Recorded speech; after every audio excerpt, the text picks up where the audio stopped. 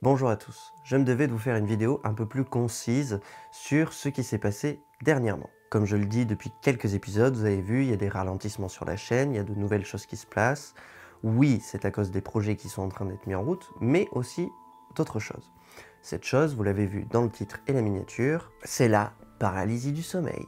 Cela fait plusieurs années, ceux qui me suivent sur Instagram le savent, que je suis atteint de ce genre de troubles, de beaucoup de cauchemars et des paralysies de sommeil plus ou moins à répétition en fonction des cycles lunaires et en fonction de mes anxiétés. Je suis quelqu'un qui est assez rapidement anxieux et tout le temps un petit peu angoissé sur les choses qui se passent, les choses qui se passent pas. Résultat des courses, ça faisait longtemps que j'en faisais plus, mais avec la création de la chaîne et le fait de vouloir m'y mettre à plein temps, de ne travailler plus que sur YouTube et d'essayer de faire des reportages, forcément, mon anxiété augmente. Pour ceux qui connaissent absolument pas ce trouble, j'ai décidé donc de vous faire une vidéo là-dessus, de vous parler un peu du sujet, de vous parler du monde des rêves, du monde du sommeil, et bien évidemment de vous parler de ce que j'ai vécu. J'ai mis assez longtemps avant de décider de faire ce genre de vidéo, tout simplement parce que je me suis dit, si je le fais, il faut que je le fasse bien. Donc je me suis renseigné sur le sommeil, je me suis renseigné sur la paralysie du sommeil, et surtout, j'ai essayé ces derniers mois de réaliser une vidéo sur ce qui se passe dans ma tête et sur ce que je vois, ce que je ressens et ce que j'ai vécu. C'est pour ça qu'à l'intérieur de cette vidéo, il y aura une petite vidéo de nuit qui se passe chez moi, juste après mon réveil, où je vous explique sur le vif ce qu'il vient de se passer. Ensuite, je vais donc vous expliquer un peu ce qu'est la paralysie du sommeil et qu'est-ce que c'est cette terminologie, qu'est-ce que c'est que ce trouble. Si vous allez sur Wikipédia, que tout le monde connaît maintenant, on ne le présente plus, ils vous disent ça. La paralysie du sommeil est un trouble du sommeil, ou plus précisément une parasomnie, selon la classification internationale des troubles du sommeil, qui se caractérise par le fait que le sujet est sur le point de s'endormir ou de se réveiller, mais tout à fait conscient, se trouve dans l'incapacité d'effectuer tout mouvement. À cette immobilisation sont couramment associées des hallucinations auditives, kinesthésiques ou visuelles, ainsi que des impressions d'oppression, de suffocation, une présence maléfique ou de mort imminente. Le sujet, dans l'impossibilité d'articuler le son et de prévenir l'entourage, éprouve le plus souvent un sentiment d'anxiété et de frayeur. Ce trouble est dû blablabla, l'absence, ou peut-être ça, ou peut-être... Bref, en gros, Wikipédia sait ce que c'est, mais comment l'expliquer, il ne sait pas. Pourquoi? Tout simplement parce que ça touche au cerveau, et que tout ce qui touche au cerveau, eh bien c'est compliqué à expliquer, et que surtout dans le mien, pour ainsi dire, c'est Bagdad. Du coup, pour bien s'installer dans le sujet, on va parler du sommeil. Je ne sais pas si vous le savez, mais pendant que l'on dort, on passe par plusieurs phases. Il y a plusieurs phases de sommeil, et donc là, je vais vous faire un petit récap de ce que c'est, et je vais vous l'expliquer dans des mots compréhensibles, pas comme Wikipédia. On commence tout de suite.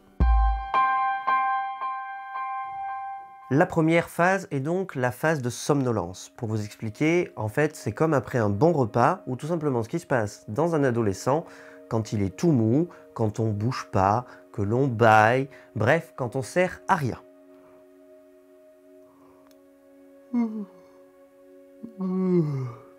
Du coup, t'as bâillé ou pas? On l'appelle aussi la phase d'endormissement. Ensuite vient la deuxième phase, le sommeil léger.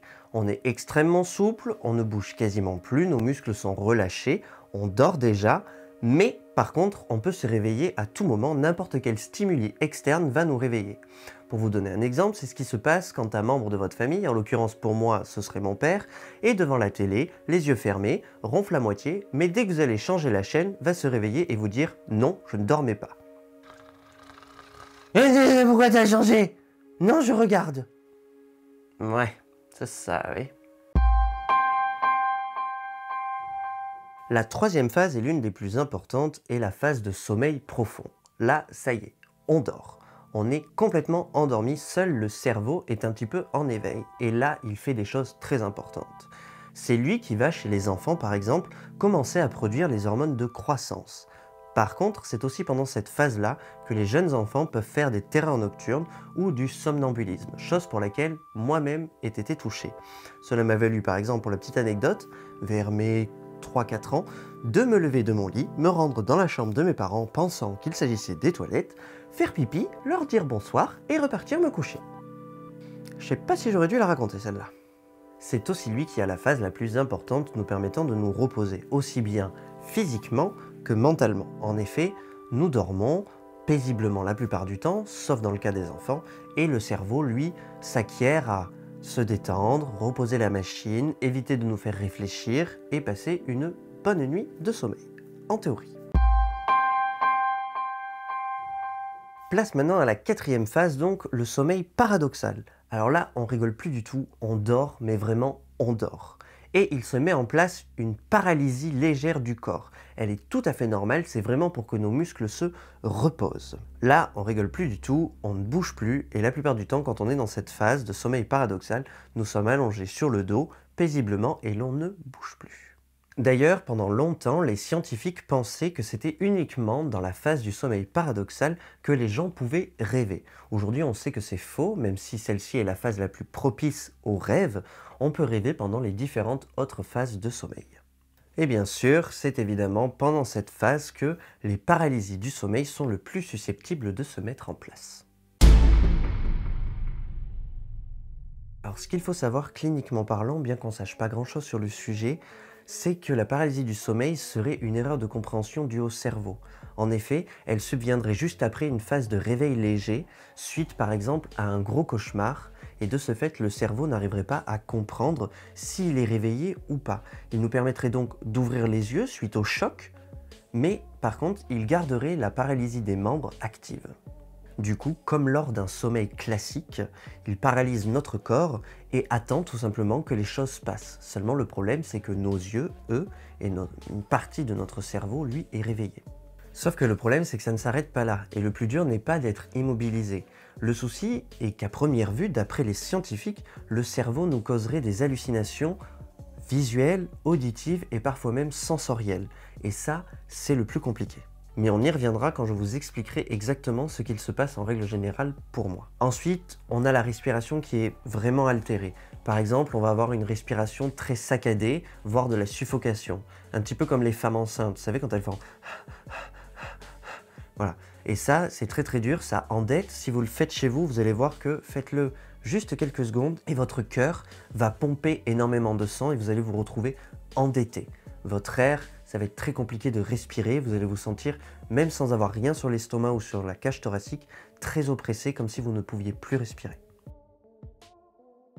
On va faire une dernière parenthèse avant de parler de mon propre témoignage et que vous voyez ce que j'ai filmé. On va parler du côté folklorique. Parce que oui, les scientifiques essaient de l'expliquer de façon rationnelle, mais énormément de gens pensent aussi que c'est un phénomène paranormal et c'est quelque chose de très en vogue, notamment ces dernières années, puisqu'énormément de gens étant face au stress en vivent de plus en plus souvent. Je me devais bien entendu de vous parler de cette phase-là, ne serait-ce que par rapport à mes recherches sur le monde du paranormal au sein même de mes explorations. La paralysie du sommeil, c'est quelque chose de très ancien. Dans mes recherches, j'ai même pu trouver des gravures datant de l'Antiquité que je vous affiche derrière moi, qui parlent de possession, d'intervention surnaturelle, de maléfices, d'ensorcellement et même de personnes défuntes essayant de communiquer avec vous par le biais du monde des rêves ou encore des limbes. Chez les Grecs, on pense qu'il s'agit des satyres ou même des fois de la déesse Hécate elle-même qui donnerait ce genre de troubles aux humains simplement pour se jouer d'eux. Les Romains, quant à eux, lui donnent le nom de incubus, qui veut dire coucher sur, et pensent qu'il s'agit de démons voulant s'accoupler avec des humains pour faire des hybrides plus puissants et plus actifs au sein de notre monde. Quelle que soit l'époque, la religion ou la civilisation, quand on parle de paralysie du sommeil, on parle très souvent d'actes démoniaques et on parle toujours d'esprits ou de démons voulant se jouer des humains ou voulant faire on ne sait quoi. C'est là qu'on en vient à se poser des questions. Est-ce paranormal ou pas? C'est évidemment très compliqué. Car lors de paralysie du sommeil, énormément de gens pensent voir ou voient, puisqu'on ne le sait pas, des choses très troublantes. Cela peut aller simplement de la forme noire jusqu'au Atman, jusqu'à des ombres. Cela prend vraiment des formes diverses et variées. Bien, voilà le moment que vous attendez tous. Je vais maintenant vous diffuser le récit que j'ai fait devant ma caméra, pile poil quelques minutes après mon réveil. Il ne s'agit pas de la paralysie en elle-même, bien évidemment, puisque je ne vais pas laisser une caméra pour le moment allumée toute la nuit chez moi. Je verrai si cela m'arrive de façon de plus en plus régulière et effrayante, mais simplement le récit de ma personne, de façon assez vulnérable, j'espère que vous me pardonnerez, qui parle de ce qu'il vient de vivre. J'espère que vous resterez respectueux face à ces images et je vous laisse les voir tout de suite.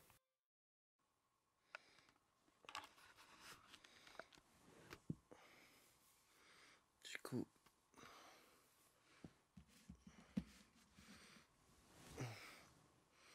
il est 3h48 du matin. Je vais peut-être mettre en night shot.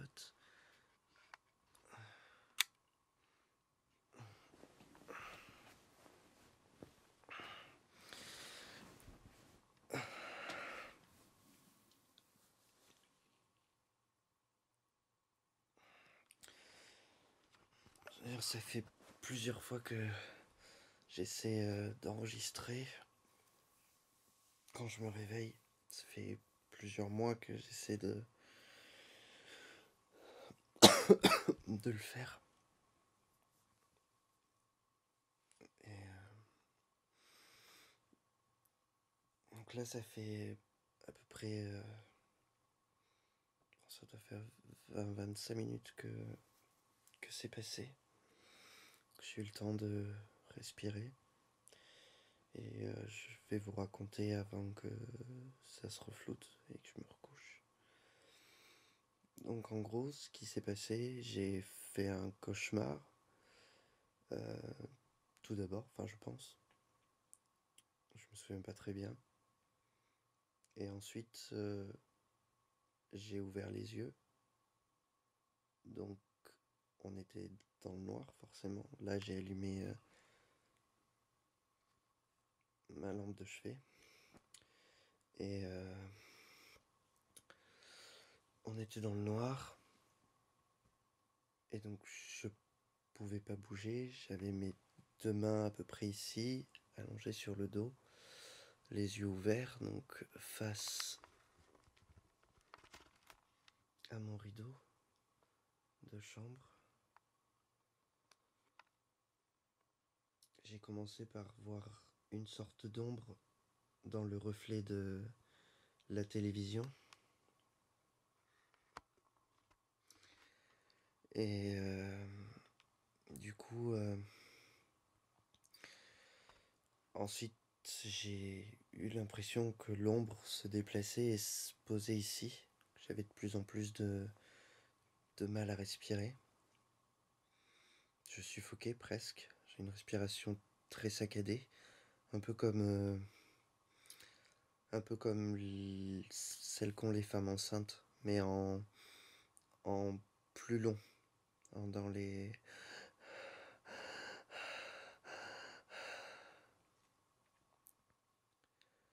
Et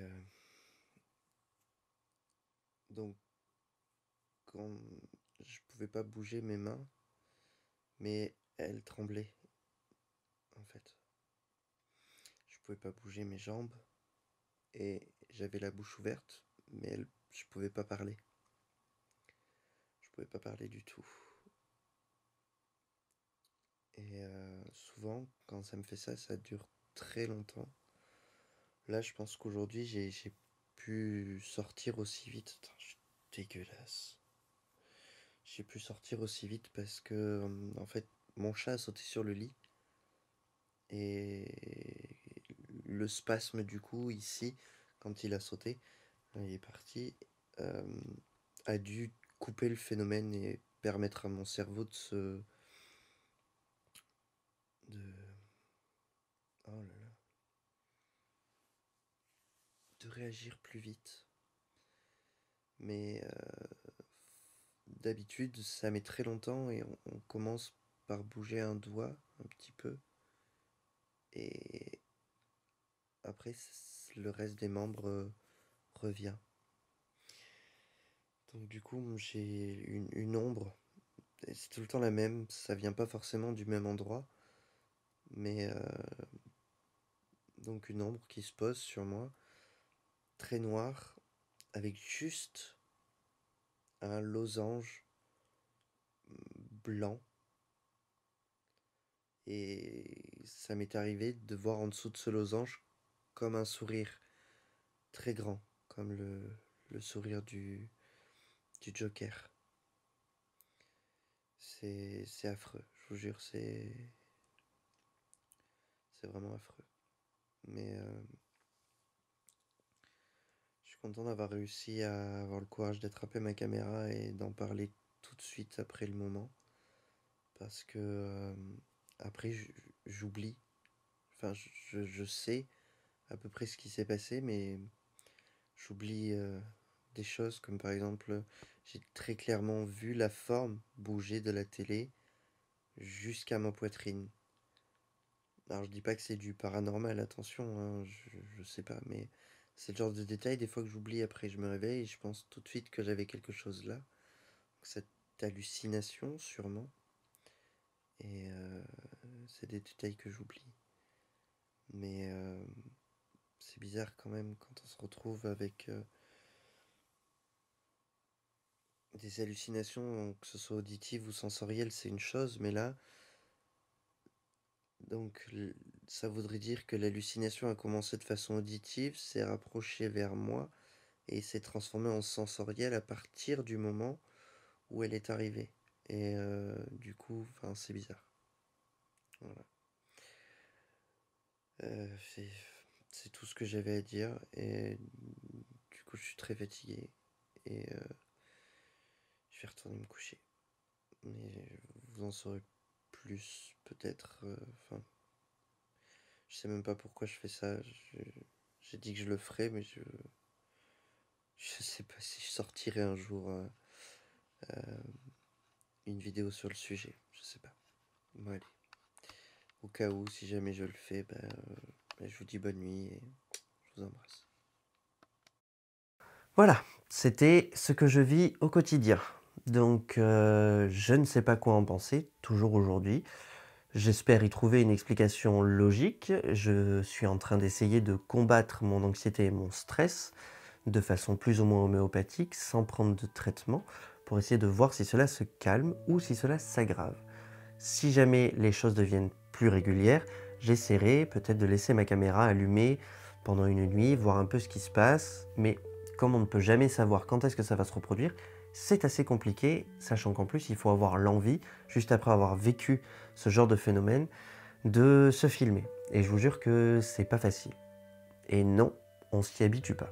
S'il y a d'autres personnes qui le vivent, écrivez-moi dans les commentaires, mais je pense que vous êtes comme moi, on ne s'y habitue pas du tout. Il ne me reste plus qu'à clôturer cette vidéo en vous faisant une liste, qui n'est pas exhaustive, mais des troubles répertoriés qui pourraient causer ce genre d'aspect. Je vais le faire parce que même si elle est un peu longue, si jamais des personnes sont elles aussi atteintes de ce trouble, eh bien peut-être que ça va les aider à gérer un peu mieux ce qui se passe, si bien sûr la science a raison et que ce n'est pas paranormal. Je prends mon téléphone parce que c'est assez long et que je veux bien le lire pour que ça puisse vous aider. Les paralysies du sommeil peuvent être causées par plusieurs facteurs. La fatigue ou un sommeil non réparateur. Des horaires de sommeil irréguliers, par exemple en cas de décalage horaire ou d'emploi horaire alterné. Dormir sur le dos, super, c'est ce que je fais le plus souvent. Une position non habituelle à l'endormissement, qui est donc la première phase de sommeil. Le surmenage, un endormissement difficile amenant de la nervosité. L'anxiété et le stress, un changement de style de vie trop brusque. La consommation de drogue, bien évidemment. La prise de certains médicaments. Des troubles mentaux, comme la bipolarité. Et la lumière ambiante, ou l'exposition à la lumière bleue d'un ordinateur au moment de s'endormir. Ensuite, on a certains exhausteurs de goût contenant notamment du glutamate de sodium. Et donc, le glutamate de sodium se retrouve, que je ne vous dise pas de bêtises, par exemple dans la levure, les protéines végétales et le soja, par exemple. Voilà. C'était donc les cas que l'on connaît scientifiquement parlant, ou du moins qu'on pense connaître, prouvant la paralysie du sommeil et les facteurs favorisant le plus ce genre de troubles. De mon côté, je dois vous dire que je ne sais absolument pas si c'est paranormal ou pas, comme vous l'avez vu. Donc, moi, c'est quand même assez régulier. Je veux dire, la forme que je vois, c'est pratiquement à un détail près, toujours la même. Je pense que si c'était lié au cerveau, il ferait d'autres choses. Je ne vois pas pourquoi est-ce qu'il resterait fixe sur cette image-là, sachant que le subconscient est quelque chose de très grand, c'est très inexploré et ça peut nous faire vivre plein de choses. Après, je sais pas, je veux pas dire que ça l'est si ça ne l'est pas, mais J'ai du mal à croire que tout puisse s'expliquer juste scientifiquement parlant. C'est trop précis, on en parle depuis trop longtemps, des millénaires. C'est bizarre. Dites-moi, vous, dans les commentaires, ce que vous en pensez. J'aimerais vraiment même avoir votre avis sur la paralysie du sommeil. J'aimerais savoir s'il y a d'autres personnes qui vivent ce que je vis. La suite au prochain épisode. Je suis content d'avoir réussi à faire cette vidéo. Je suis content d'avoir discuté avec vous de ça. Et de vous dire que donc je me bats pour combattre cette anxiété et essayer aussi de vous produire du contenu plus régulier comme je le faisais avant. C'est difficile, je le cache pas, mais je vais y arriver de toute façon, puisque quand je décide quelque chose en général, j'y arrive. Voilà, c'était tout ce que j'avais à dire. Si cette vidéo vous a plu, je vous invite fortement à vous abonner. Je vous invite à la partager, ne serait-ce que pour des membres de votre entourage qui seraient atteints par ce trouble. Et puis voilà, un petit pouce qui monte vers les hauteurs, qu'on soit de plus en plus nombreux et qu'on soit tous ensemble, une grande communauté, qu'on discute. On est proche bientôt des 2000, vous vous rendez compte? On a mis presque un an à atterrir à 1000 abonnés. Et là, en quelques mois à peine, on est bientôt à 2000. C'est fou. Je trouve que ça peut paraître peu pour certains, mais moi je trouve que l'ascension, surtout pour une chaîne qui fait des reportages et de la fiction, je trouve que c'est une ascension super rapide. Ça fait partie des choses les plus compliquées à mettre en place sur YouTube. Donc voilà, je suis content. Je vous remercie. Je vous remercierai aussi jamais assez pour ceux qui nous soutiennent, ceux qui nous envoient des dons, que ce soit sur le Tipeee ou par le biais du Super Chat quand on fait des lives. Et je vous dis à très vite. Je vous embrasse et je vous aime.